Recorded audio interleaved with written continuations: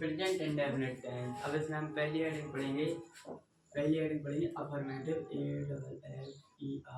AFFERMATIV affirmative sentence, NTENT affirmative sentence. Affirmative sentence इसमें हम पहली हेडिंग पढ़ेंगे अफर्मेटिव सेंटेंस। इसका नियम देखेंगे। इसका नियम होता है प्रेजेंट इंडेफिनिट के अफर्मेटिव सेंटेंस के वाक्यों में सहायक क्रिया डू या डज का प्रयोग नहीं करते हैं तथा डू या डज के साथ एक वचन कर्ता के साथ एस या यस का प्रयोग करते हैं। जैसे इसका नियम है इंडेफिनिट,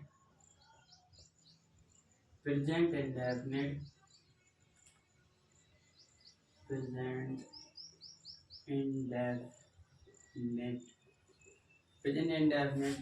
टेंस पे वाक्य में अफर्मेटिव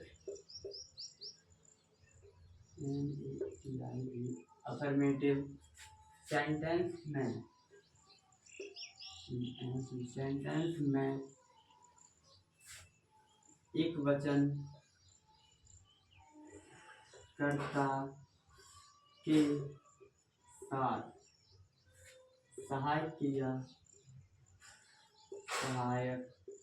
क्रिया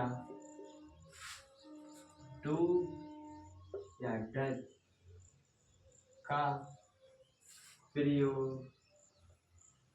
नहीं करते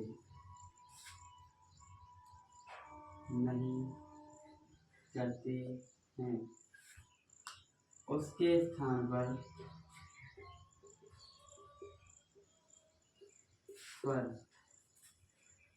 एस या ईएस का प्रयोग करते हैं। जैसे सूत्र, इसका फॉर्मूला होता है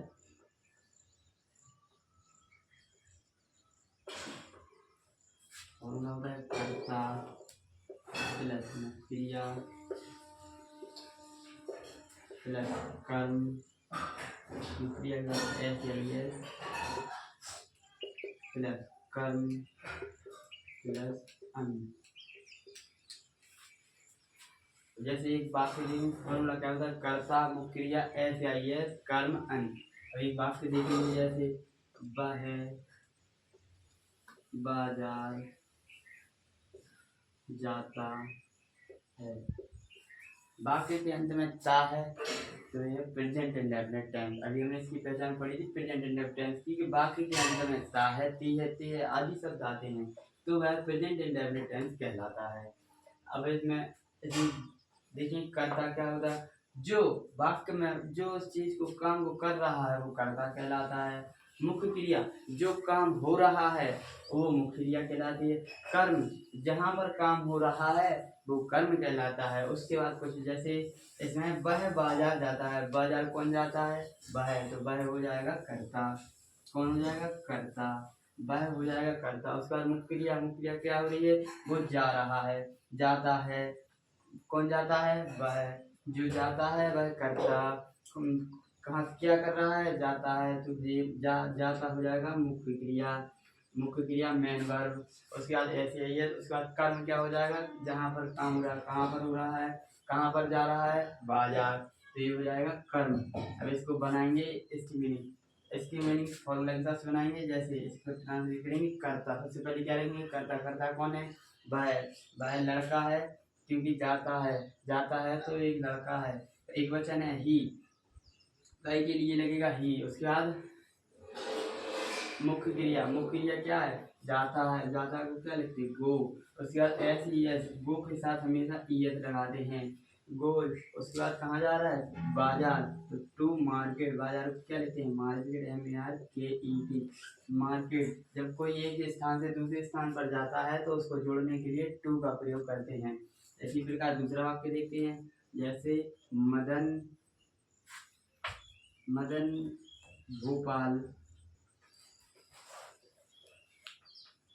जाता है, इसमें मदन हो जाएगा कर्ता, जो जाता है क्या हो जाएगा, मुख्य क्रिया, भोपाल हो जाएगा कर्म। इसकी में इंग्लिश बनाएंगे तो सबसे पहले क्या लिखना, कर्ता। कर्ता कौन है, मदन, MADAN। कर्ता मदन है। मुखिया क्या हो, ये जाता है, गो के साथ ES लगाएंगे। उसके बाद कर्म। कर्म क्या है, भोपाल, BSOPAL, भोपाल। इसी प्रकार एक और वाक्य देखेंगे, मदन खाना खाता है। मदन है कि करता है, क्योंकि मदन क्या कर रहा है, खाना खा रहा है। कि करता हो जाएगा, क्या कर रहा है, खाता है, खाना खा रहा है, मतलब खाता है। तो ये हो जाएगा मुख्य क्रिया। मुख्य क्रिया क्या खा रहा है, खाना। ये क्या हो जाएगा, कर्म। इसका वाक्य बनाएंगे। सबसे पहले कर्ता। कर्ता कौन है, मदन, MADAN, मदन। वह मुख्य क्रिया क्या है, खाता है, तो ईट हो जाएगा। उसके बाद एस है, यस ईट के साथ एस लगेगा। उसके बाद कर्म। कर्म क्या है, खाना, ईट द फूड। फूड माने होता है खाना, SOOD फूड। वाक्य हमारा बन गया। ये है अफर्मेटिव सेंटेंस। एक वचन वाले नियम है प्रेजेंट इंडेफिनिट वाक्य में। अफर्मेटिव सेंटेंस में एक वचन कर्ता के साथ सहायक क्रिया डू या डज का प्रयोग नहीं करते हैं तथा उसके स्थान पर एस या एस का प्रयोग करते हैं। ये हमारा फॉर्मूला है, कर्ता, मुख्य क्रिया, एस या एस, कर्म, अन्य। ये हमने वाक्य बनाया, पहला, दूसरा, तीसरा हो सकता है, हमें आशा है आपको समझ में आया होगा।